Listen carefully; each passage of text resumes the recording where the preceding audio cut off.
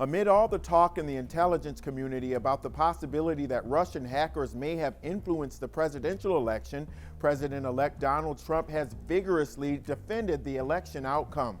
Now, fresh signs are emerging. Trump may be more willing to embrace the intelligence community's view that the Russians were indeed behind such a computer hacking operation.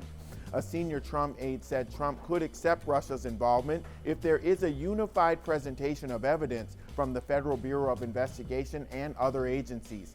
This follows weeks of skepticism from Trump and his supporters that there's sufficient evidence that Russia was responsible for cyber attacks against the Democratic National Committee or the leak of stolen emails. I think he would accept the conclusion if these intelligence professionals would get together, put out a report, show the American people that they're actually on the same page as opposed to third parties through the Washington Post. This wasn't a third party. Right, but we haven't heard from Clapper. But we haven't heard from Comey.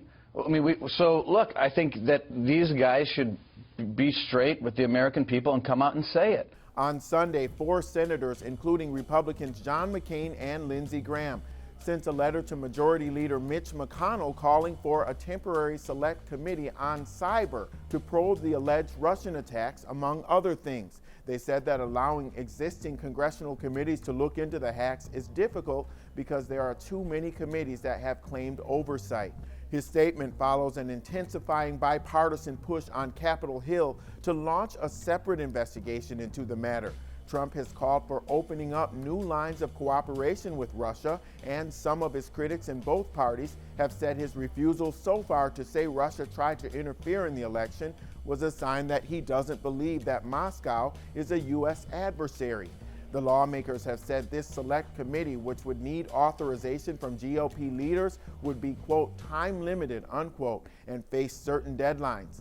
Select committees can have subpoena power, conduct interviews, and have access to classified information.